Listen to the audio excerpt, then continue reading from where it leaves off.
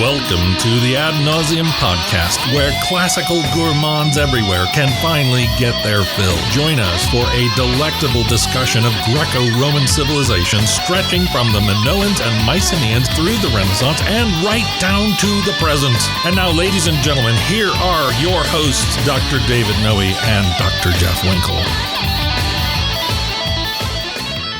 Welcome, listener, to the Ad Nauseam podcast. This is episode 72. 72? I cannot believe that. Yeah, take 9 episodes, multiply them by 8. And you get 72? This episode. Tonight, we're talking about Cicero's De Natura Deorum, Book 2, and... This is Part 2, Book 2, Part 2. That's right. Yep. My name, as always, is Dr. David C. Noe, and I am here in the Vomitorium West, with my good friend and co-host, yes, Dr. Jeffrey T. Winkle. That's right. I'm glad to be here. How are you doing tonight, Dave? Let me ask you first. Okay. How are you doing tonight, Dave? I'm actually feeling really quite well. It's a late hour here recording. It is. And that's always, I'm during the winter time, I kind of go to bed with the chickens a little bit, but I'm feeling good. Do you hibernate or do you estivate? I am an estivator. Are you? Yeah. I usually take the estivator when I get to the mall. I got to go up to the food court. Exactly right. Yeah, I'm not taking the stairs. No way. No way. Yeah. Strictly estivating. But it's cold. It is very cold. We have polar vortex here in Michigan once again. We do. We dodged a bit of a bullet with a big front moving through, but there was a snow dump, but we got some. 6-7 inches. Yeah, my children were disappointed they didn't get a snow day today, but there was a snow day yesterday, if I'm not mistaken. There was? Oh yeah, did they not get a snow day? They were forced to go to school. Okay. Yeah. But you're feeling well. I am feeling well. You ready to do some Cicero tonight? I am ready. You're always ready to do Cicero, aren't you? I love the Ciceronian language. I love the way he writes. It's beautiful, flexible, symmetrical, but with variety. Mm-hmm. Sometime we should devote an episode to how Cicero puts together his sentences. I would love to hear your thoughts on that. Well, thank you. Yeah. It is my contention that a Ciceronian sentence is a work of art like a Haydn symphony, like a Renaissance painting, like a brilliant grandmaster chess game. These are high artistic achievements. Yeah. Now let me ask you this. Right. So if you had to pick any Roman, to go back in time and meet and converse with, would it be Cicero, or is it one of those cases of like you don't want to meet your heroes? When you put it right to me like that, I'd have to say no. Really? I'd rather meet Virgil. Virgil, really? Yeah. Okay. That deep affection for Virgil. The man's heart really comes through his writing. Yeah, I'd agree with that. All right. Well, it's something we might need to explore in a future episode. Maybe I lie down on a couch and you stand by with a legal pad and sounds great. Ask some questions. Just go all Freud on you. That's right. Right. So what author would you like to meet if you could go back in time, jump in an H.G. Wells jalopy and? My gut would say Apuleius, but it's one of it's because he gave you your PhD, right? Yes, but at the same time, it's one of those things that I think you have to be careful about. Being excited about meeting people that you admire. I think that's right. Because I think that in some ways it's more valuable to live with kind of the myth and let the work speak for itself. Well, when we were both undergrads at that institution that we don't talk about, yes, you were a couple years ahead of me. I was. And there was the aura of Jeff Winkle. Was there? Was that? That's what it was? Walking around the halls. And I thought, I'd like to meet that guy, that bespectacled cartoonist, And now that we're close friends, the bloom is off the myth. That's right, exactly. We've discovered that each of us is all too human, right? So, and we never had one seminar together, did we? No. You're way ahead of me. Way ahead? Well, not in age. I just mean in dignitas. Dignitas? Right. Okay, yeah. All right, we're already off track. What are we way doing off here? track. Okay, let's start with we got a shout out. We have to give a shout out. Take it away. This is going to go to another one of my friends, the Reverend Jeffrey B. Wilson. I think the B, I'm not sure what the B stands for. Bodacious, maybe? I think it's from the Venerable Bede. The Venerable Bede. Yes. Okay, so here we go. The shout out to Jeff Wilson. Was raised on the plains of eastern Colorado. Wow. That already sounds interesting, doesn't it? It does. Yeah, I read that earlier, and have you made that drive going through like I-80, like through Nebraska? Yes. And you hit Colorado, and you're like, where are the mountains? Exactly. You got to go quite a ways to get to them. Yes. And so he lived on those. He lived on the plains. Those dusty plains. Wouldn't it be nice to say I was raised on the plains? I wish I could say that. Yes. Yeah, I was not. His family belonged to the First United Presbyterian Church in Greeley, Colorado. He went to Oral Roberts University. That's in Tulsa? It is in Oklahoma. Yeah. And it has a certain kind of a reputation. And so it's interesting that Jeff is a graduate of there, BA, 1984. And then became a Presbyterian minister, went to Union Theological Seminary, lived in Virginia, lived in Royal Oak, Michigan. He keeps moving Kansas. east. Oh, he was in Kansas Yeah, too. so they're back to the west, and eventually ended up in Southfield, Michigan. Wow, lots of bouncing around. That's right, where he has served as a pastor for 26 years. Wow, okay. So And, Southfield on the other side of the state from where we are right now. Yeah. That's right. Yep. So Jeff's in good shape. He's a mountain climber, right? Oh, why is he living in Michigan? I don't know. He's quite a bit older than you and I, right? Well, than I, at least. But he's in really good shape. And he's in such good shape that my daughter actually thinks he looks younger than I do. Really? Yeah. All that mountain climbing. I guess that's it. So he's married to Heidi. They have 3 children, and they have 1 grandchild, and he loves the podcast. Excellent. And he's always asking me questions about it. In fact, a little bit of an anecdote. Right? I see Jeff at ecclesiastical assemblies, church meetings. Yeah. And he said, David, I'm loving the podcast, but you're like a different person when I listen to it. You're not at all like you are here. So with Jeff, this is a different setting. Yeah. Would you want me to grab a microphone and start cracking jokes and saying inanities here at the church assembly? So did you feel like he was kind of disappointed with you in person? No, I think he was surprised. Okay. Because we've known each other a long time. And, I'm the kind of person who tries to behave differently in different settings. Of course. Aren't you like that? I think so, right? You have kind of a stage personality, even an off-stage personality. Right. Yeah. So it was just, it's that, meet your hero kind of thing. Right? I think that's what it is. I don't think I'm Jeff's hero, but the bottom line is thanks for listening. Yes. So, Dave, what are we talking about tonight? We're going to talk about Cicero. Yep. We're going to talk about his philosophical work, one of the 3 great ones, De Natura Deorum, What's Up with the Gods? What's up with the gods? Yeah. And last week we talked about Book 1, and we skimmed the surface quite deliberately because we had covered all of the themes in previous episodes on Epicurus. Yes, right. 4 episodes. Lucretius, I should say. Right. So we didn't want to kind of beat a dying horse there. That's right. And talk too much or recap too much about the Epicureans. Right. But tonight we're going to get more into the nittus grittus. That's of right. Book 2, right?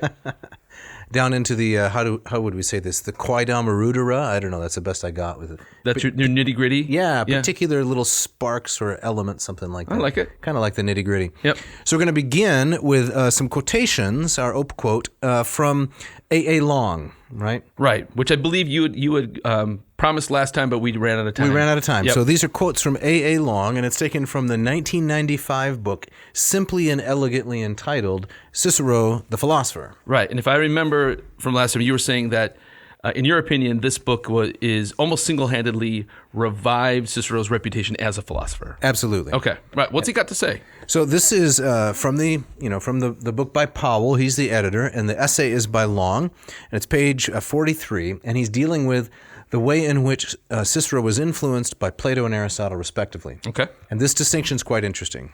So he begins by saying, as an official academic, now we should pause, right, just 4 words in, and make sure the audience understands when an academic is referred to here, it doesn't mean professional university professor. Right, It's exactly. a person who belongs to the academic school of philosophy, which is a kind of skepticism, right? A belief in what's probable. You follow verisimilitude. You are devoted to reason. You're not supposed to have dogmas, and you're not supposed to rely upon authority. Right, you don't just follow what your teacher says. You sort things out for yourself. Yes. All right, so as an official academic, Cicero could not fail to venerate Plato. Even so, his laudation of the great man is persistent and extreme. Plato is virtually a philosopher's god, quasi quidam deus philosophorum. That's from Book 2.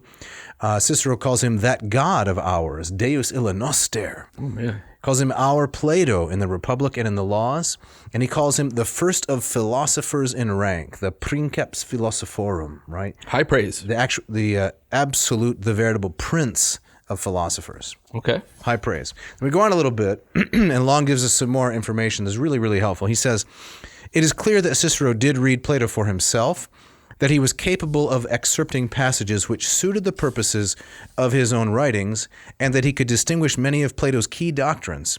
Sometimes what he says about Plato is colored by a doxographical background. At other times, apparently not so. So should we unpack that for a minute? Please do. All right. So doxographical means the kind of praise and adulation that can grow up around a hero, right? So the hero becomes a myth, a legend, and some of the reality is filtered out of the equation. Yeah. So Cicero seems to have been influenced by some of these writings about Plato, which are not always dealing really with Plato's thought per se, but the myth, the penumbra around the man. So already by Cicero's time. I mean, Cicero was almost 300-400 years distant from from Plato.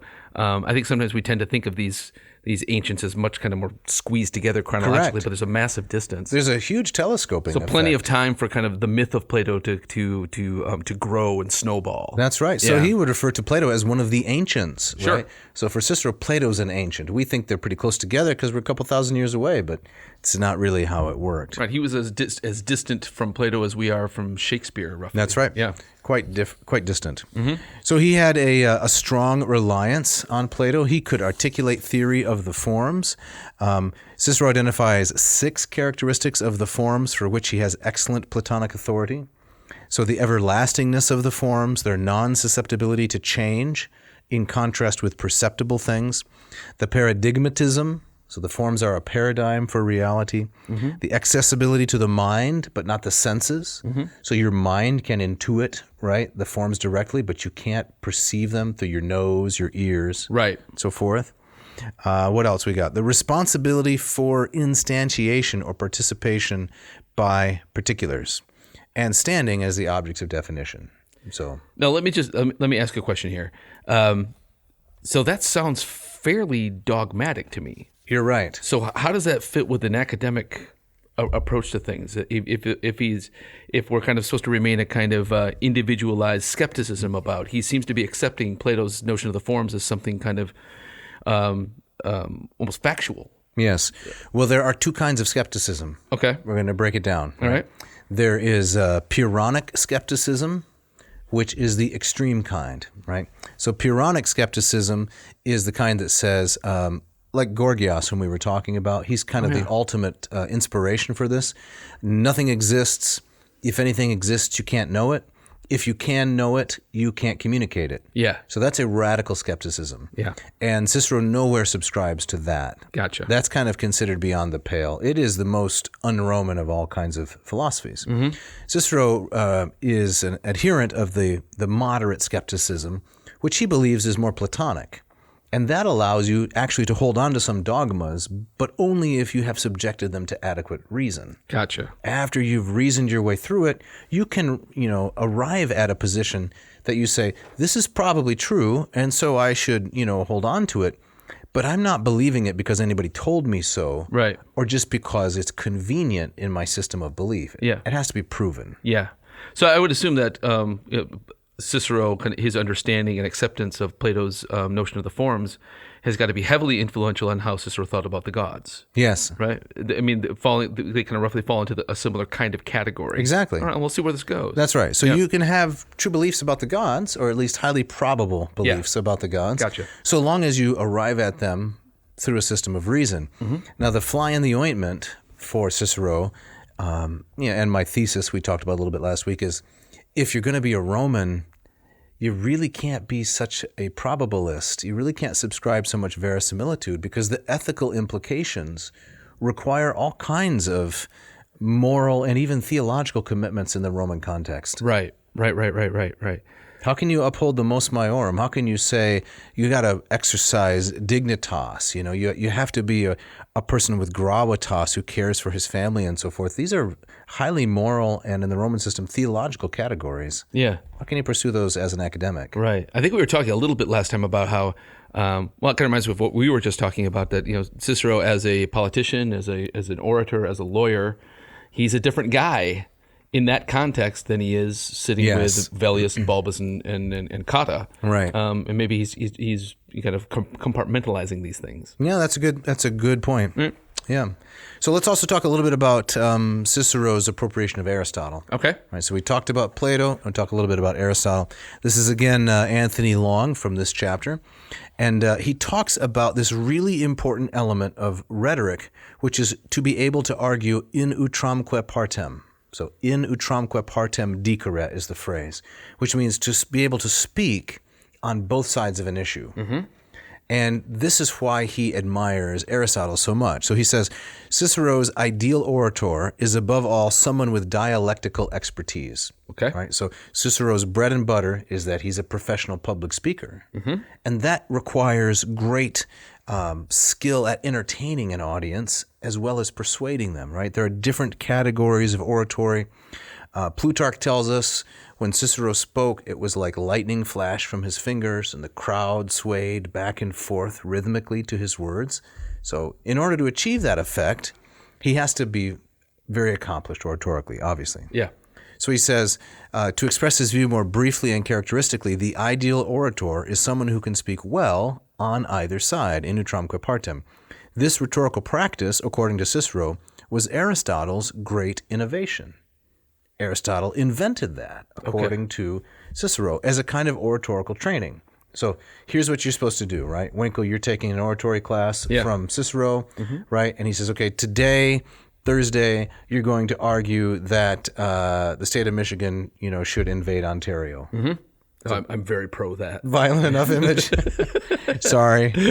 I guess there is something going on in Canada right now with trucks and political unrest. They're blocking the road like they do in Greece. Is that what they're doing? Yeah. Tell me about it, because I haven't been paying attention. I read a little bit about it, but they're striking, and they're upset about something. Okay. Right? And they're Canadians strike? They're so polite. I know they are. That's what makes it so strange. Exactly.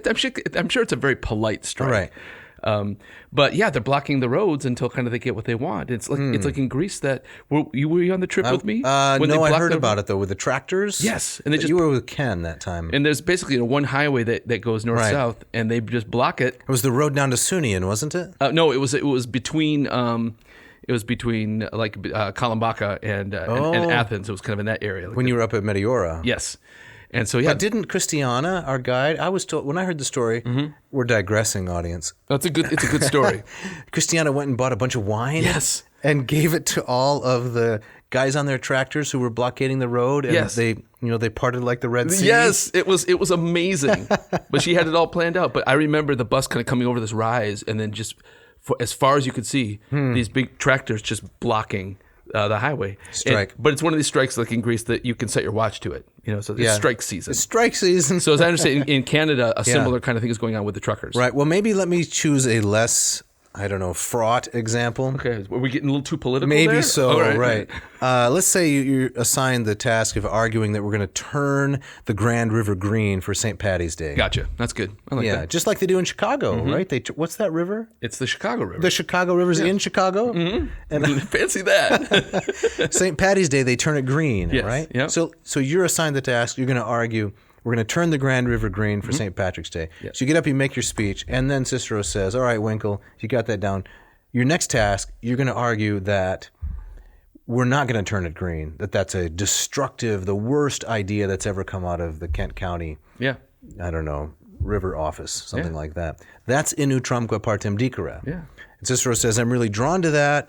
Aristotle invented that, and he is the great model. Now, none of Aristotle's original writings survive. All we have is crib notes, from students. Yeah. We don't have any of his dialogues, right, which supposedly were artistically sublime, and it would be really nice to be able to read them.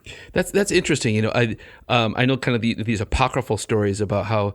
Have you heard this famous story that Plato, for all of his, starting the academy and such, the apocryphal personality of him was that he was a terrible lecturer. He was a terrible speaker. So there's a story that was he a good tipper? He was a terrible tipper. Terrible tipper. I bet Plato was a terrible tipper. So there's a story where I'll just have the salad and some water. Exactly right. Yeah. But there's a story that he hated to teach, and so he would deliberately in his lectures try to almost drive his students away, and just kind of and read from notes in a monotone. And there was a story that one by one, the students they'd walk away, and then when he looked up, the only guy left there was Aristotle. But I've never heard that story. Is there a tradition about Aristotle being a great orator? Yes. That is okay. I wasn't aware of that. Well, a great writer and good at teaching oratory. Yeah. I don't know if if there's a legend of him speaking in public. Okay. Other than as a teacher in dialogue. Yeah. Right? But your story reminds me of an anecdote of my father-in-law, who was a professional academic for a very long time. He once said that when students would take his international relations class, graduate class, he'd walk in, this is really classic, he'd walk in and he would begin writing on the board the books they would have to read in the class. And he'd write one book. Everyone's looking around, okay, I can do that. He'd write the second book. Someone would start to pick up their books. He'd write the third book. By the time he got to the end of the list of books that you'd have to read in this class, there was almost nobody left. It was just Aristotle at that point. That's great. That's perfect. Yeah. And he said, "Well, look, you got to be serious if you're going to take my class. Yeah. I'm gonna make you work." Man, I like that. Good story. It huh? is. Yeah, just like Plato. It's like Plato. Yeah. So to continue on along for just a minute, he says, this rhetorical practice, according to Cicero, was Aristotle's great invention. Cicero mentions the point in several different contexts. In another dialogue, De Finibus, he says, the Peripatetics taught principles of rhetoric as well as dialectic. This is Cicero speaking. And Aristotle first instituted the practice of speaking on either side concerning individual matters. Cicero says that Aristotle trained young men in arguing theses, propositions, theses, of general scope, not in the philosophical manner of rigorous argument, but with a view to the rhetorician's fullness, so that more elaborate and abundant speeches could be made on either side. Well, that sounds to me that's just kind of sound. That's a sound educational philosophy. I do that a lot in my own classes is kind of give a thesis and ask the students to argue both sides as a way of kind of seeing it from a different perspective and trying to come up with evidence for all sides of it. Yeah. Right. So that's the general reliance. Okay. To sum up, that Cicero had on Plato and Aristotle. Right. He also imitated Plato's Platonic form of the dialogue, right? They are dramatic dialogues. And as you were saying last week, Cicero is not actually a participant. He was too young, but he recounts the story of this dialogue, the 3 books of De Natura Deorum, as something that he heard when he was a very young man, when these Roman representatives of the different schools in Rome, I think it was 79, 78 BC, so Cicero would have been... In his 20s? In his 20s, yeah. Ish. He'd have been 25, about 26. Excuse me, when they were discussing these topics, right? And so he's remembering it, but it's clear that throughout, Cicero identifies himself with Cotta. Okay. And Cotta, by general consent, is the most interesting character in any of Cicero's dialogues. And he's our academic. Right. Yep. So the way to remember how the book is put together is each book has the setting out of a thesis and then a refutation. So book 1 is Velleius sets out the Epicurean, Cotta refutes it, right? Book 2, Balbus sets out the refutation, the thesis of the Stoics, Cotta refutes it. Book 3, Cotta sets out the academic position. The other 2 schools get to add a little bit at the end. Gotcha. So do we want to talk a little bit about Cotta's refutation of Velleius from book 1? Yes. Before we dive into book 2? Definitely. Okay. So Jeff, we're looking at the end of book 1, and we are surveying a little bit of the academic Cotta as he refutes Velleius. Yeah. And Cicero really identifies with Cotta throughout the whole dialogue. So in section 96, or right before 96, we see the basis on which the academics argue against the Epicureans. Okay. So because the Epicureans have never observed any other world but this one, it's the only world they've seen, they have no experiential grounding, they have no real nature-based evidence for drawing conclusions. So Cotta says, Velleius and his fellow Epicureans, they posit not thousands of worlds, but countless worlds or infinite worlds. The multiverse. Oh, yeah. Are you familiar with the multiverse? Now you're talking, of course. Of course. Yes. It's an Avengers, Marvel kind of thing. That's right, in which many Spider-Men can show up at the same That's time. right. Yeah. Whether you want them to or not. That's right. Usually you don't. No, you don't. But here they come. You want Tobey Maguire showing up? He's my preferred Spider-Man. Over Garfield? Definitely over Garfield. Yeah. Yes. Yeah, and Holland, he's too You're down on Holland? No, he's all right. He's just too young. Okay. Yeah. So the skeptic Cotta asks Velleius why this should be. Why should there be innumerable worlds, innumerabilia? The answer given is that reason has so indicated, ratio docuit. Okay. So to this reply, Cotta argues not from nature primarily, though observations of humans' mental excellence forms a part of his argument, but he instead argues from reason. pointing out that judged solely by reason, the Epicureans ought to conclude many other things as well, which they do not. So this criticism shows that the academic conviction with respect to the weakness of the other schools, their reason is inadequate. They're not misled by nature. Academics put little stock in that, but they believe all sorts of things that are not probable. Gotcha. Okay. So you follow? I'm following. Yeah. Okay. Yeah. Now you've said a couple of times that kata is often considered the most interesting. Yes. Of Why? Why? I mean, we haven't seen a lot of them yet, but I'm just kind of curious. Like, what's your take on that? Right. Yeah. He's coming up more in the third episode. Okay. Right, when we get to book 3. Yep. Well, I think kata is an individual who has a role in the Roman state and in Roman religion.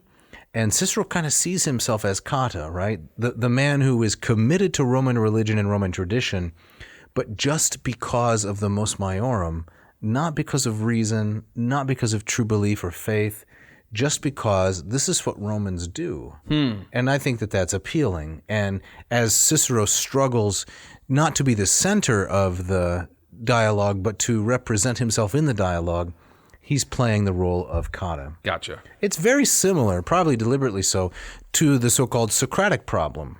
When you read Plato, are these Socrates' ideas, or are these Plato putting his ideas in the mouth of Socrates? Right. And the general consensus is the very early dialogues, like the Apology, you're getting the straight Socrates. Yep. Later on, you're getting mostly Plato, where Socrates is just kind of a puppet almost. He's a mouthpiece for a marionette. Right. You can see this specifically in the Laws, where Socrates is not even pretending anymore to have a dialogue, but they're just really long speeches, monologues. Yeah. So by that time, he's phoning it in. Well, he's phoning in the dramatic elements. Right, exactly. Yeah. So what we really see at the end of Book 1 is that kata has, at least to Cicero's satisfaction, refuted the Epicurean school. Okay. They've got no really good footing for the things they believe.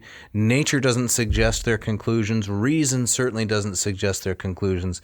They're bereft of anything plausible or persuasive. Gotcha. All right. So then that sets us up for Book 2, and we get the big character, Balbus. He's our Stoic. Yes, whose name actually means stuttering or unable to get the words out, but that's not how Cicero presents him, actually. He's a very capable orator and a historical person, right? Like all of the guys in this dialogue. But what do you think, Jeff, about tea? About tea? Yes. I'm pro tea. Are you? Yeah, I'm a coffee guy, but I like a good cup of tea too. So tell me a little bit about this Gold River Trading Company. Yes. I recently had a cup of their gunpowder black. Okay. And it was, I got to admit, it was the first time I've ever tried black tea. The first time? Yes, I drink a lot of green tea. Okay. Which I like very much. But I've been told black tea, like green tea, is very healthy. Right. For you. It's supposed to be. It's got antioxidants and things like that. I have no idea what they do, but I've heard they're good. Right. Yeah. And it was very tasty. It was very good. It was. I brewed it up very strong. Okay. Did you put any sugar, any milk? Nothing. Black. I did it straight, like I do with the green tea too. And so it was. A great aroma. Yeah. It was great just to sit on the couch with a book in my hand. Right. I'm reading a book about Jung right now. About Jung. Yeah. So it went very well with archetypes and synchronicity and all that stuff. Synchronicity. Yeah. And I had a cup of their cacao tea. Which is made actually from the husks of the cacao plant. And it has a chocolatey, it's not sweetened at all, there's no sugar in it, but it has a chocolatey, enriching, very aromatic, pungent flavor. I enjoyed it a lot. But you wouldn't mistake it for like a cup of like the Swiss Miss bag in the... No, I don't think so. Nothing like that? With a tiny little stone pebble marshmallows. Yeah. I don't think we should say the names of competitors. You should call it Miss Swiss. Miss Swiss. Right, switch them. Right? Okay, all right. Spoonerism like that. Go. Okay, yeah, I will try not to make that mistake in the future. Thank you. So it was kind of like it was an unsweetened chocolate? Unsweetened, chocolatey flavor, but really immersive. You know, it hits all your senses. Unlike the Platonic forms, which you cannot perceive with your nose. No. You can perceive this tea. You can intuit them. You can. Yeah. But this makes a big impression. So if our listeners want to try out some of this delicious tea, what should they do, Jeff? Well, they should go to the Gold River Trading Company website. Right. Which is? goldriverco.com. Co.com. And they need to enter the special code. Yes, which is ANTEA. You came up with that, didn't you? I don't think I did. You didn't like it last time. I didn't? Up the ante. Antea, it's like beforehand. Oh, knock it off. ANTEA. So it's That's ad nauseum tea. That's right. Yeah, there we go. And you'll get 10% off. Yeah. So this is a company based in Dallas, Texas. They import only the finest teas. There are no fannings, no dust particles, anything like that. These are real tea leaves. And great packaging. Yeah, the packaging, they come in these little pyramidal, I don't know last time if I said sachets or sachets. I'm all over the map on this. I'm not even going to try to pronounce it, but it's shaped like a pyramid, right. And the tea's inside. Yep. And would you say the learning curve for tea is steep? Oh, man. I'm just going to leave that one there. All right. But yeah, check out goldriverco.com. That's right. ANTEA in the coupon code. We go on to book 2 now, don't we? We do. Yep. So this is the Stoic. This is Balbus. Right. And he's going to make his pitch for what the gods are like. Correct. Right. He's going to give 4 distinct arguments and a syllogism. I like this. Sounds very organized. Yeah, he's very organized. That's how the Stoics are. And we're going to unpack it all right. For the listener and for the viewer a little bit at a time. Okay. Now, first, a little bit of a historical background. Please. And that is, this is based largely on a lecture I gave, one of 2 international lectures I gave. Where were you? I was in Athens. Oh. Yeah, let's set the scene. Okay. It was the autumn of 2014. Yes. Okay. you there? I'm there. Yeah. I'm trying to add some ambiance. No, I like it. We need some background We music. need some ambiance to alleviate the ennui. I say, okay, so where in Athens are you? I'm at the NKUA, the National and Kapodistrian University of Athens. Okay. I got a nice invitation that a fellow academic in the classics department there drummed up for me so I could go on a sabbatical. Yeah. And I went over to Athens, fall of 14, took my wife and my eldest daughter, and we got to tour Greece, and I gave a lecture there on this topic, Cicero and natural theology, at the university. Wow. It was really nice. It sounds like you're kind of a big deal. No, I'm not. Oh, okay. One of 2 international lectures. Okay. They're kind of like junkets. Where was the second one? The other one was in Lisbon, Portugal. Oh. Where I lectured on William Perkins. Remember? Cranks for the Memories? I do remember. I gave a paper in Lisbon. I loved Lisbon. Yeah. Lisbon's the first place I took an Uber. Really? Yep. Wow. A Portuguese Uber. How was it? Good experience? It was great. Yeah. I made it in and out okay. And I gave the lecture there, and this is largely based on that. So we're going to begin in section 12 of book 2. Okay. So for those who are following along at home, playing the home game, we're going to begin in section 12. I'm going to read a little bit of the Latin. You're going to read a little bit of the Rackham translation. I am. And then we're going to talk about the underlying philosophy. So here goes. Itaque inter omnis omnium gentium summa constat. Omnibus enim innatum est et in animo quasi in sculptum esse Deus. Hence, the main issue is agreed among all men of all nations, inasmuch as all have engraved in their minds an innate belief that the gods exist. And that's right. Okay. So that's the starting point. All right. So Balbus makes 4 claims here. We're going to go through them one by one. The first claim we can summarize in typical Latin form, Deus esse, that there are gods. So when you in Latin want to write a series of propositions, they're always accusative and infinitive. That's a form. Here it is, that there are gods, Deus esse. Now he says, notice that it is the universal conclusion of all the nations. Inter omnis omnium gentium summa constat. There is the highest agreement that there are gods. Now, is he just making a huge assumption here? Where's the argument? Well, the argument is going to come later, but it's going to be based, once again, on nature. Because the Stoics are always living secundum naturam. Right. You got to live according to nature, or the Greek kataphusin. But he says there are 2 elements here. It's innatum est, it's innate to everyone, and it is in sculptum. Now, in sculptum, right, is the word from which we get sculpture. Yep. So the notion is that it is carved on the soul. In animo quasi in sculptum. It is, as it were, etched on the soul. Now, this sounds something close to like being made in the image of God. It sounds exactly like that. So and in fact, that inner spark. right? What John Calvin referred to as the sensus divinitatis.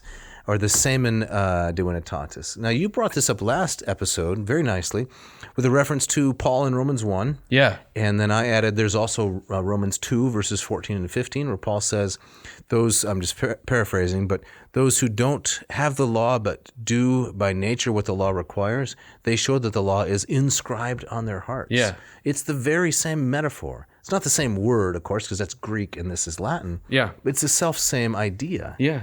And it's a Stoic idea, right? It's a universal idea. So we have these two notions, in sculptum and innatum est. Okay. Right. So here comes then the syllogism, right? All right. The formal argument. Balbus says first, it is absolutely necessary that those of whom there are interpreters exist. It is absolutely necessary that those of whom there are interpreters exist. What? Or we could say, it is absolutely necessary that a person exists if there are those who are interpreting his will, his desires, his intentions. Okay. Okay. The second point in the syllogism, but there are interpreters of the gods. Okay. The conclusion, therefore, we must confess that the gods exist. This is part of the Stoic argument. So if you find an interpreter of someone else, it's a pointer or a signal or evidence that that person exists. So let's use a more common example if we can, right? Someone shows up at my door, knocks on the door, and says, I am here with a message from Winkle, right? The vomitorium is closed, right? So if there's a messenger from Winkle, it's necessary that there's a Winkle. Okay. Right. That's the first element. All right. So it is absolutely necessary that those of whom there are interpreters or messengers, that person exists. Okay. But there are interpreters of or messengers of Winkle. Therefore, we must confess that Winkle exists. Okay. I'm glad I exist. Yes. Yeah. Yeah. So someone showed up at your door and said, the governor of Michigan has a message for you, right? Well, that entails the existence of the governor of Michigan if that person is truly a messenger. I'm following. Yep. And since that person is truly a messenger, we must confess that the gods exist. Now, when Balbus says interpreters of the gods, I mean, what kind of person is he referring to? Is like prophets? Prophets, priests. Priests. And so they get into a little bit of the question of divination. Okay. Now, of course, in ancient Rome, there are two major categories of divination. There is augury, right, the flight of birds. Yep. And then there's the harspex, right, the staring into the entrails. Right. How'd you like that job? I'd rather be a bird watcher myself. I'd rather be a bird Right, watcher. exactly, yeah. Some binoculars, maybe some sandwiches. Yeah. Right. Although I think that, if it would be easier to interpret maybe a sheep's liver, like stationary in front of you, and then watching some chickens walk around. I suppose. I don't know. None of them sound especially pleasant, No. but we're trying to choose the lesser of two divinations, you might say. Right. Cicero wrote a whole dialogue on this, De Divinatione, in two books on divination, which he talks about all the Roman practices of trying to figure out the will of the gods from the birds and from the entrails. So he's talking about those. Now, this is obviously the weakest point of the argument, right? The second premise, there are interpreters of the gods. Some people would say, this is question begging, right? How do you know that they are interpreters of the gods? Doesn't that open up an entirely new can of worms, right? It's principium pedi. It's begging the question. But if it's true that there really are messengers of the gods, well, then there have to be gods, because there can't be messengers if there aren't gods. Isn't he also in some ways making a kind of historical argument too, that there have kind of always been interpreters of the gods? Yes, I think that's right. Right. So it's not that this has just happened, but if you look back, there have always been people talking about the gods and interpreting them, and that's Where did that come from? Where did that come from? Right. It didn't just arise from nothing, right? Right. Ex nihilo. So that's the first argument. Or that's the first point in his 4-point argument, right? That there are gods deus esse. Then we go on to the second argument, and this is an attempt to prove quales sint, right? What they are like. Okay. Right? So what are the gods like? And so for this, we have to go on to a different section. This is section 29. We get the second part of the argument, what the gods are like, quales sint. So I'll read a little bit of the Latin again, and you can read from the Rackham if you would. Sure. So, natura est igitur, quae contineat mundum omnem eumque tueatur, et ea quidem non sine sensu atque ratione, omnem enim naturam necesse est, quae non solitaria sit neque simplex, sed cum alio iuncta atque connexa, habere aliquem in se principatum ut in hominem mentem, in bellua quidam simila mentis unde oriantur rerum ad peditus. All right. So Rackham translates. That's right. There is therefore an element that holds the whole world together and preserves it. And this an element possessed of sensation and reason. Since every natural object that is not a homogeneous and simple substance, but a complex and composite one, must contain within it some ruling principle. For example, in man, the intelligence. In the lower animals, something resembling intelligence that is the source of appetition. Yes. Okay. You got that? Well, can you unpack that for us a little bit? Well, I mean, no offense to Mr. Rackham, but I think this book needs you to smooth it out a little bit. This needs a new translation. Yeah. Right? Well, the Walsh translation, which I think is Penguin. I think Walsh is Penguin.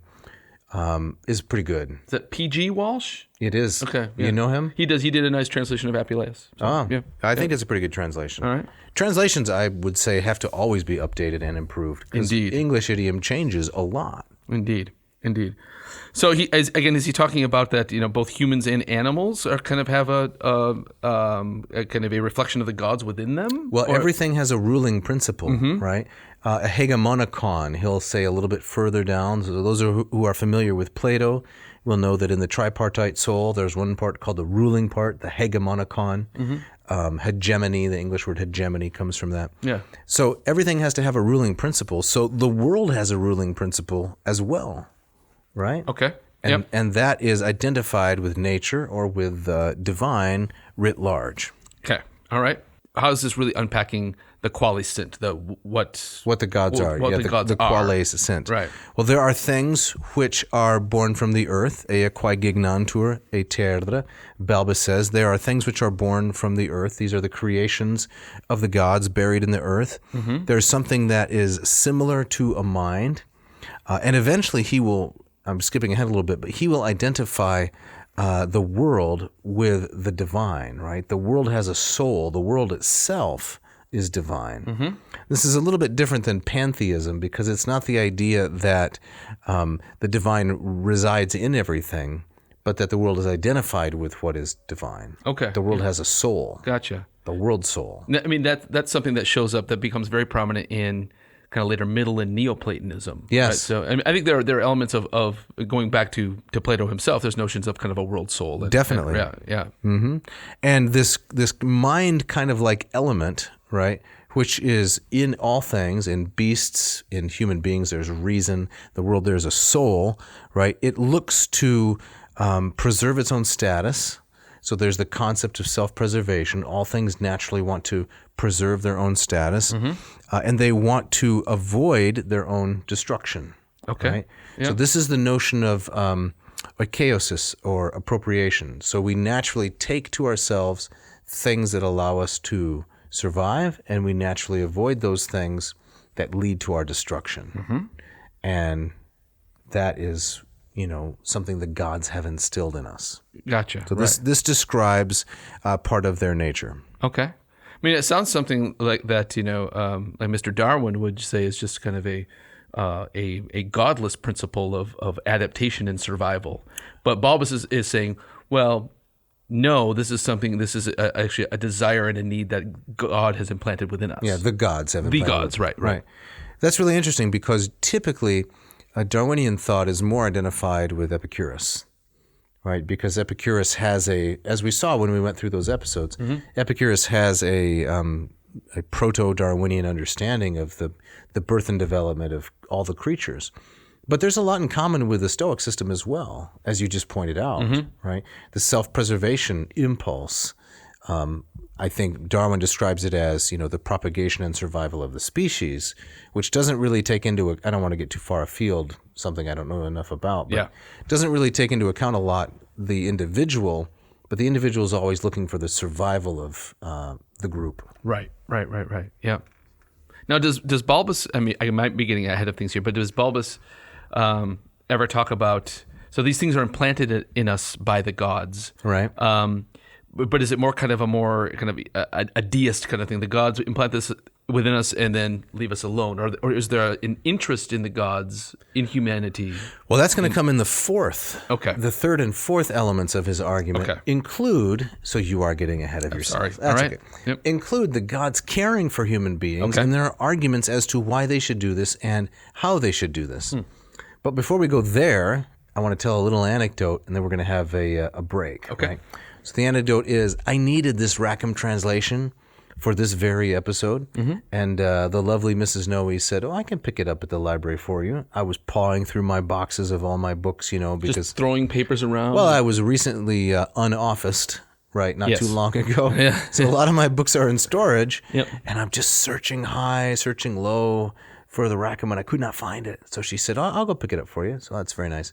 And she reported back that when she got to the 5th floor of the institution in the PA section, where these books are housed, she said all the lights were off. What? Really? I said, was the library open? Oh, it's open, but the lights were off. They just shut down the 5th floor? I said, why were all the lights off? Well, obviously because no one's going to check out classics books. I said, that's a good story. Oh, man. They're so confident that nobody's going to be checking out these books. Yeah. They can just save some energy. Just save some energy, shut it down. Right. So Mrs. Noe did not venture in, she didn't use the flashlight on her phone to go. I don't know. I gave her a helmet with a light mounted on the top, and a pickaxe, you know. If the electricity went out, those are the books that would first go into the barrel to keep people's hands warm. Sadly, you're probably right. Yeah, You know that's true. Yeah. Well, is it time for a break? It's time for a break. All right.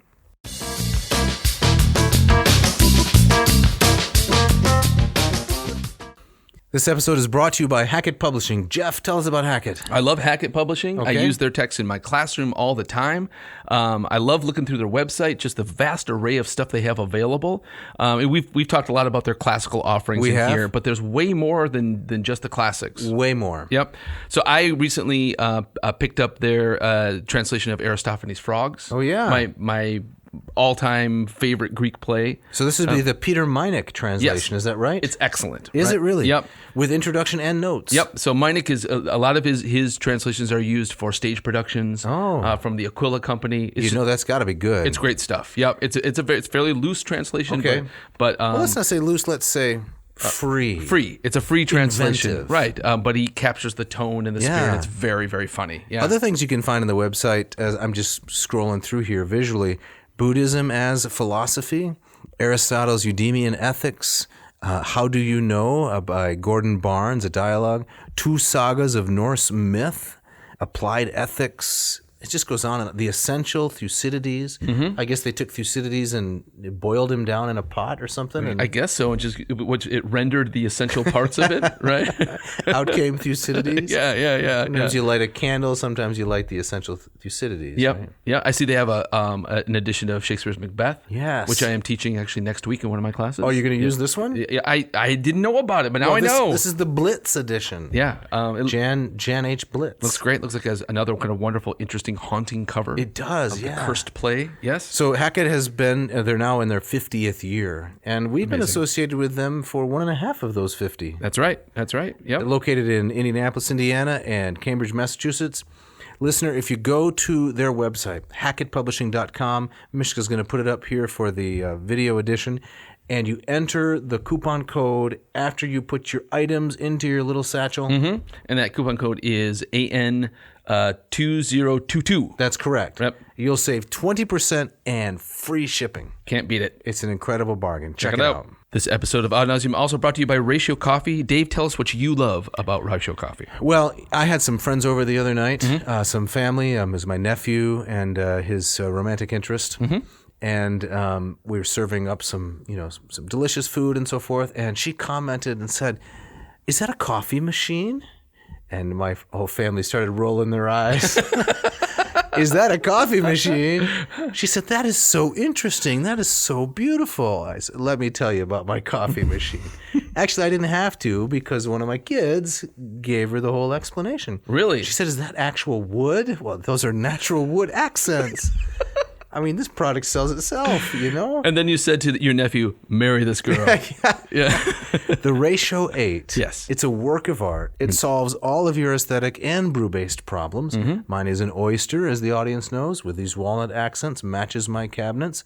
And I'm using a new cone filter now. It's gold-plated. Gold-plated? I think it's real gold, but it doesn't matter. The coffee is great. Yes. Yeah. I got the Ratio 6. You do. Everything you said about the aesthetics applied to that as well. I have the sleek stainless steel model there.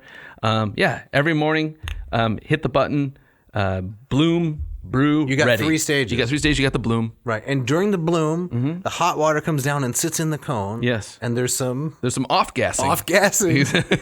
It always makes me a little uncomfortable. Yeah, what are we, in 7th grade? I know. It never leaves you. It never does. No, it doesn't. Yeah. You off-gas. You off-gas. Then you brew, and the water filters down through the grounds, and it's an automatic pour-over. Best coffee I've ever had. And I was traveling last week. I was down in Texas doing some Latin teaching and so forth, and I had to drink some hotel coffee. Oh, no. I had to drink coffee in a lot of places. I almost lost my taste for coffee altogether, I'll tell you. But the pot was on one of those hot pads, right? One of the scorch pads. Yep. No good. Brackish tang. Brackish tang. Dare I say.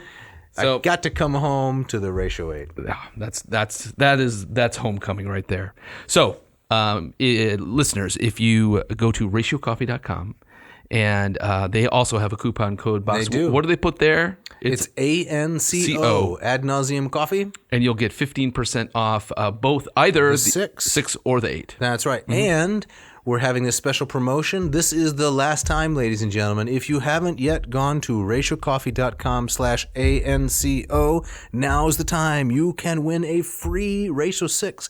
This is an almost $400 machine. It's huge. And thanks to the generosity of Mark Helweg, we're giving one away. Go check it out. What are you waiting for? So if they listen... No, we're going to give them the code now. We're going to give code now. Let's give them the code now. Why should we wait? The code is... 6567. 6567. 6567. Go to ratiocoffee.com/ANCO, enter your name, your email, and those 4 digits. Next week, we're announcing the winner. This is your last chance. Very exciting.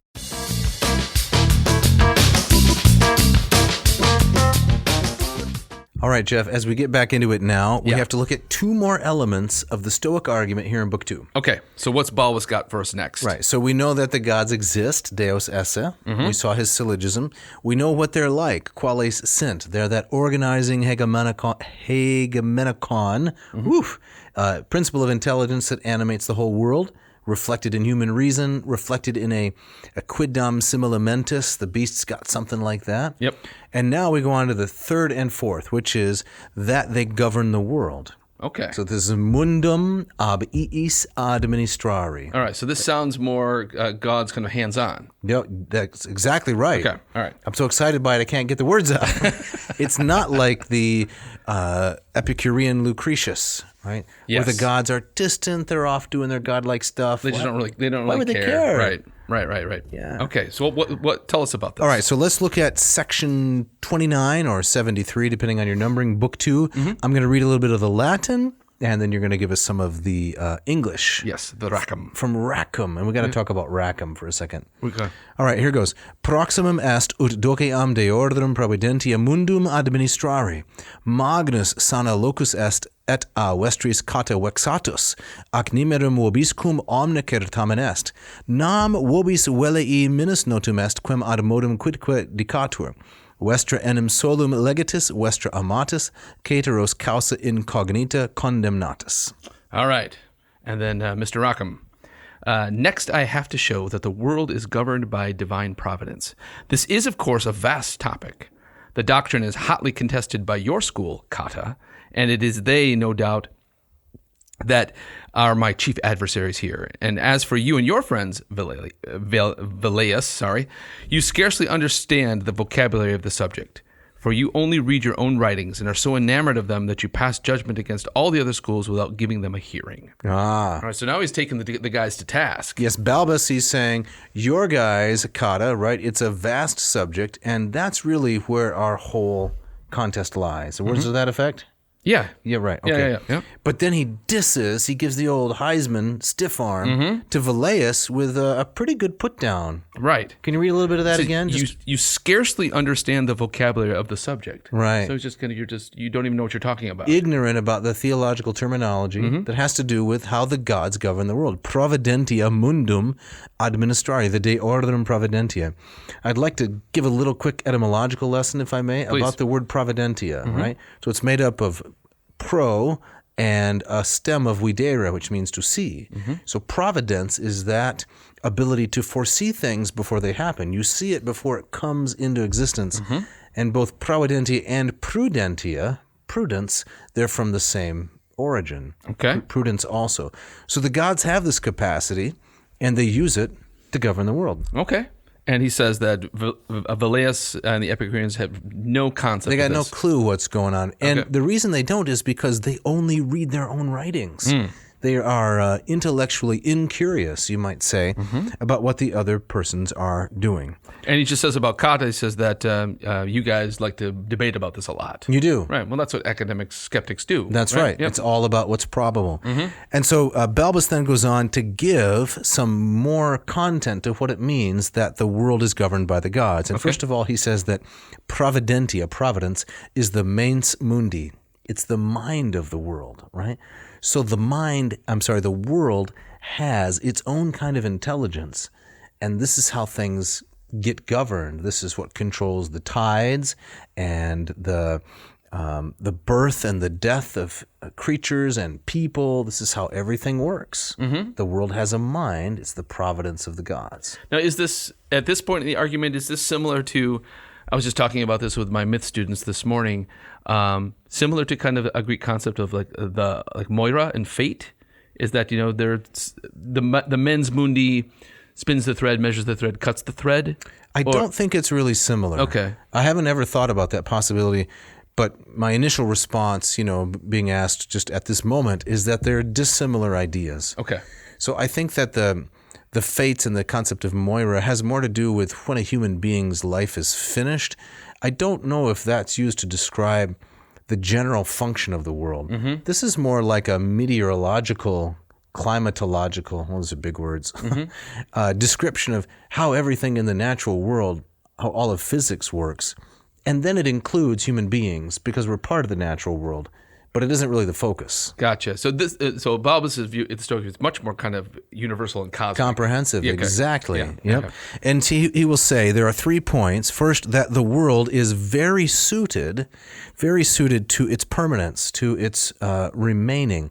And here there is an echo of another one of Cicero's dialogues, De Finibus, Book 3.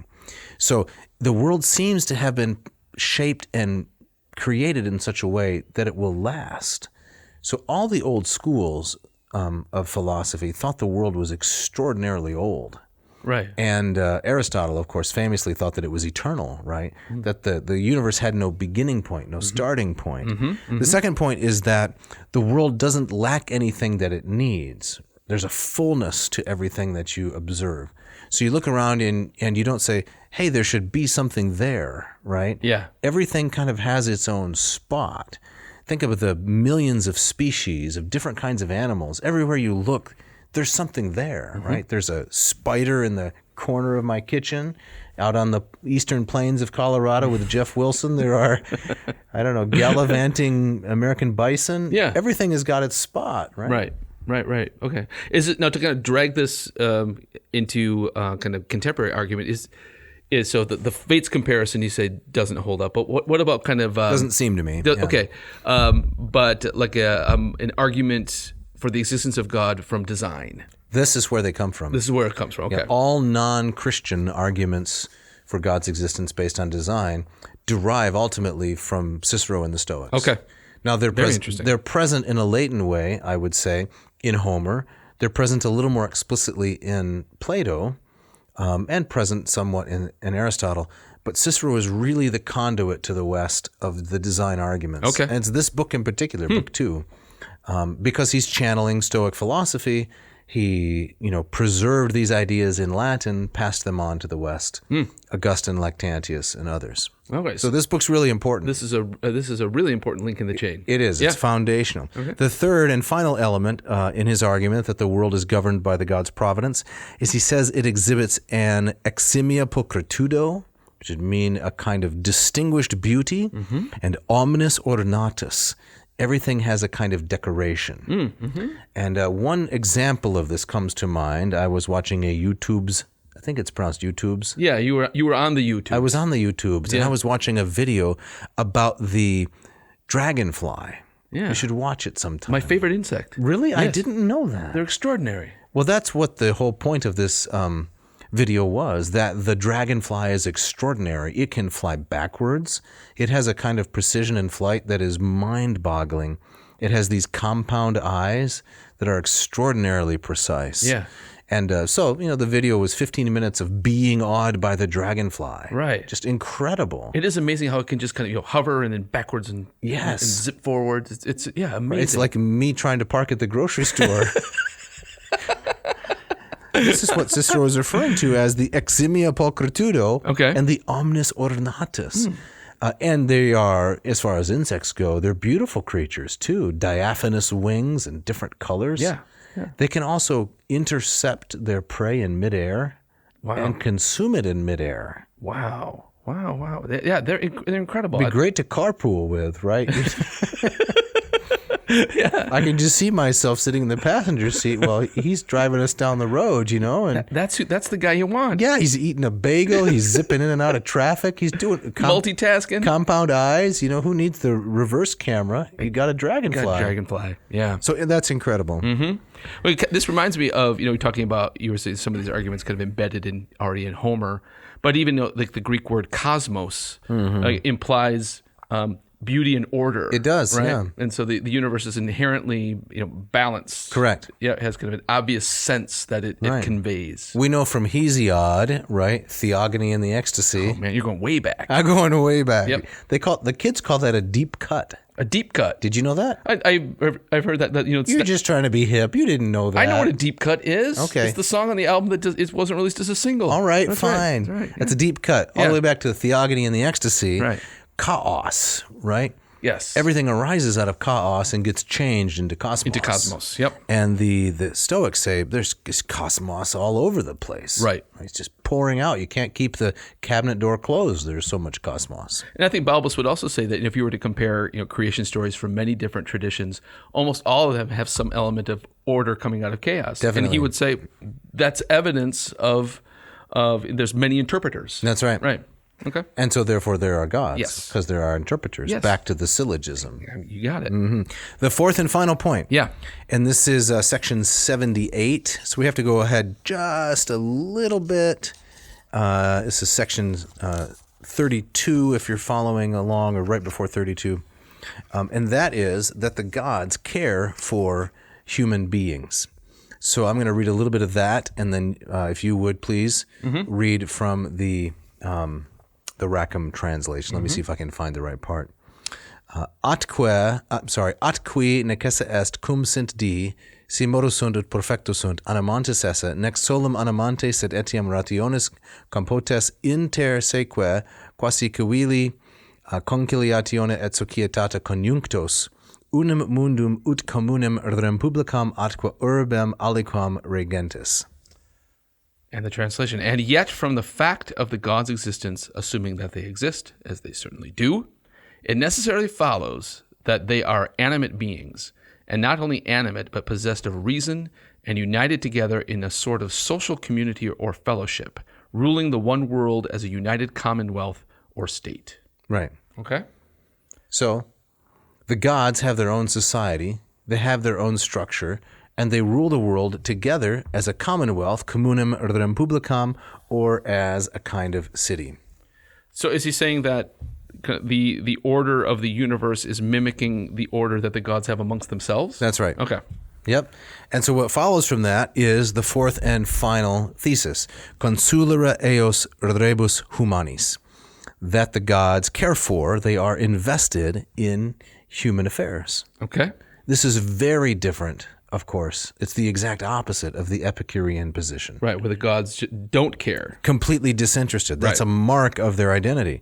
So Balbus argues that the gods possess a number of things. They have ratio, reason or system. They have veritas, a kind of respect for truth. And there is a lex, a law that exists among them, a lex inter se. Okay. What follows from that is that there is a conciliatio, what you just read, a kind of, clubhouse, you might say, for conciliatio. Yeah, a treehouse. Yeah, they play billiards and is this the No Homers Club, maybe? Yeah, right. Yeah, they're having s'mores up there. Yeah, and a societas, right? Yeah. The gods have a societas, which means they get together for conversation and tea and coffee and those kinds of things. Okay, that's what they do. Yep. Denial of the gods' providence, according to Balbus, destroys all the good things about the world. Destroys fides. You can't trust people if there are no gods. Destroys societas, and it destroys justitia, because the world is that common republic or a kind of city. Yeah. So the argument is pretty sophisticated. Because the gods exist and they have this society among them, if you don't believe in them, you can't maintain that kind of society among human beings. So he said the belief in the gods for Balbus is necessary for civilization. Exactly. Okay. You can't have it. Right. Now, what I'm missing here is so he's talking about that the gods care for human beings. What I'm missing here is the why. I don't know. It's not exactly benevolence in a Christian sense. I don't think you'll ever find Balbus saying that the gods love human beings. But it is a kind of parental, no, my parents love me, so don't misunderstand. Yeah. But it's a parental sense of responsibility. I see. We made this, we gotta take care of it. And we value these things like order, dignity, honesty, and we want to see them in human society. So it reminds me, it's similar to a question my students ask, we're reading the Odyssey, is why does Athena care about Odysseus? And I think part of it is it's not so much, well, it's kind of maternal, but she sees herself in Odysseus, and she's drawn to that. So we see that the gods kind of recognize themselves in human beings, and therefore they are worth taking care of. Yes, and there's a name for this. It's called Phylogenativeness. Okay, Phylogenativeness. Phylogenativeness, the natural tendency to love what you've created. So the gods love human beings because we are their creations. I mean, you make things. Do you like the things you make? I'm not talking about your kids. I'm talking about other stuff. Yeah, most of the time. Yeah, you have a kind of protectiveness. Hey, that's mine. I did that. Yeah. I'm going to take care of that. Right. Don't scrape that wall. I just painted it. Right. You know. And some of those woodworking projects of yours I've seen, like in the garage. I mean, you have there's pride in that. Exactly. Right. So it's not a kind of benevolence.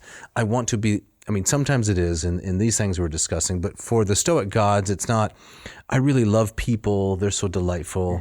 It's more along the lines of, this is my responsibility. So we're a far cry from a kind of a Christian notion of the personal God. Yes, not only the Christian notion of a personal God, but even more, although that's a very important point, of a God who loves those that can't requite him.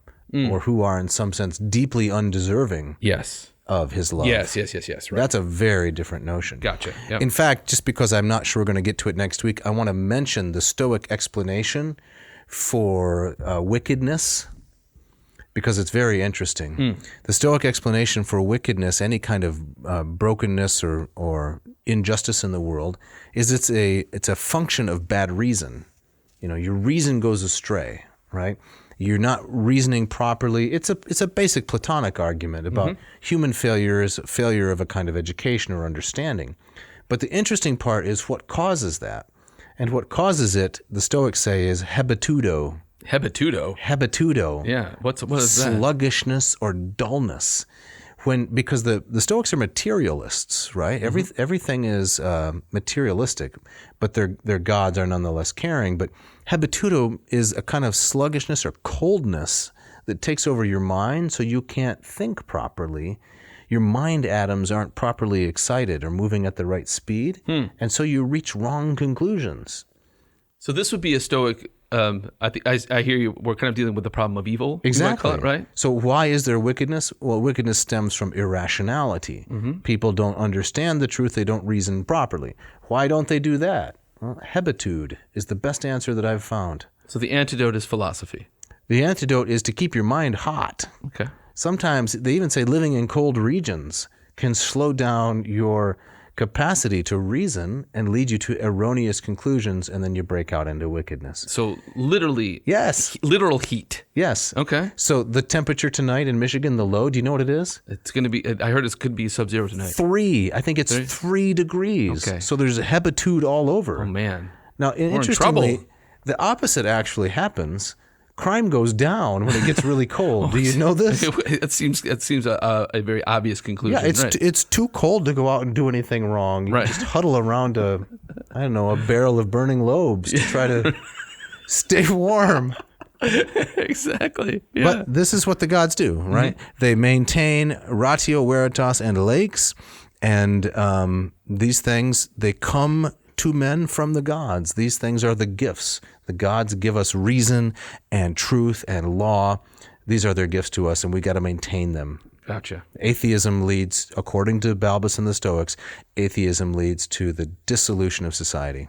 Very interesting. Well, Dave, we're up against the clock. We are. Are we gonna maybe get to some of this latter stuff next week? We got to wrap it up here pretty soon. I think we should make a few comments about Rackham. Rackham. Yeah, he's the translator of this wonderful volume. What's his first name? H.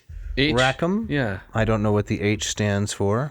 Horrentius? I don't think so. No? It's just H. Rackham, M.A. Okay. These old translators, I love them. Did you play a game as a kid called Racco? We had Racco on the shelves. Did you play it? Was my question. I think we played it maybe once or twice. I have a natural disinclination towards anything that ends the word with a dash and an O. And an O? Right. I think I was at do you like Cheerios? I'm not a big Cheerios fan. Okay. I was at the store the other day and there was a product called Bake-O. Bake-O? BAC-O. Was it a bacon product? It was like fake bacon. The O is just... If it's got O on the end. Did you play Racco? I played a lot of Racco. And for a while, I was enamored of it. I don't know if the listeners know how it works, but you have a rack, and you get cards, and you draw the cards, and the whole point of the game is to put them in sequence. That's it? That's it. Man. So you got, 1, 7, 15, 4, 22. You got to get that 4 out of there because it's out of sequence. It's not ascending properly. I played it with my grandparents, and it always involved cookies and sodas. Because that's the memory that you're associating with. Yes, it was the fun of being with my generous, game-loving grandparents. Yeah. In retrospect, the game was a big dud. No, I don't remember enjoying it, right? They should have called it Rackham. They should have called it Rackham. Racco. Well, another major announcement is we had talked on the air at times about having a Greece trip this coming May. Yes. And we have decided to postpone it. Yeah. Because we're both going to a Racco tournament in Oklahoma City. The semifinals. We're not missing that. We're going to have to practice a lot. How does it go? Is it 11, 12, 10? No, it's 11, 12, 13. This episode brought to you by Racco from Brothers Parker. No, but seriously. Yeah. We're not going to Greece this year. Not this year. It's not going to work out. Too many COVID issues and other things. Mm-hmm. We do hope to take a bevy. We can take a bevy. A bevy, yeah. A posse, a bevy. A folk moot. A folk moot. Yeah. Of y'all ad nauseum listeners to Greece at some point. At some point. It's not going to happen in May of 2022. But when it happens, it's going to be spectacular. Huge. It's going to be huge. With the hayride, right? Which comes first? The hayride comes first. Did you forget the hayride? No, I'd never forget the hayride. Okay. Right. And a few rounds of Racco. Well, that wraps it up. Yep. We got some people to thank. Yeah. Let's thank Agricola first. Agricola, who's been here this whole time, burning the midnight oil. Yes. Yeah. Making sure nothing is burning. Yes. Right. No lights and nothing else is going up in smoke. But our videographer. Yeah. Very patient. Talented guy. Sets everything up. Doesn't have a lot to do. You know what I really like about him? What? I like that he often offers us suggestions and we don't listen. Yeah. And he doesn't quit. That's really incredible. Yes, tenacious that. Yes, tenacious that Agricola. Yeah, thanks to Mishka, of course, our engineer, audio engineer, puts the video together, makes us look better, sound better than we naturally do. I think George was offering to add in a little hair, wasn't he? He was. I'm hoping to Photoshop in a little. I'm asking. You think that. people will notice? Oh, if we do it gradually. We do it gradually. Within 6 months, I'll say, well, man, I'll be looking like a lion's mane. Those are some hirsute guys. A couple of Vercingetorges.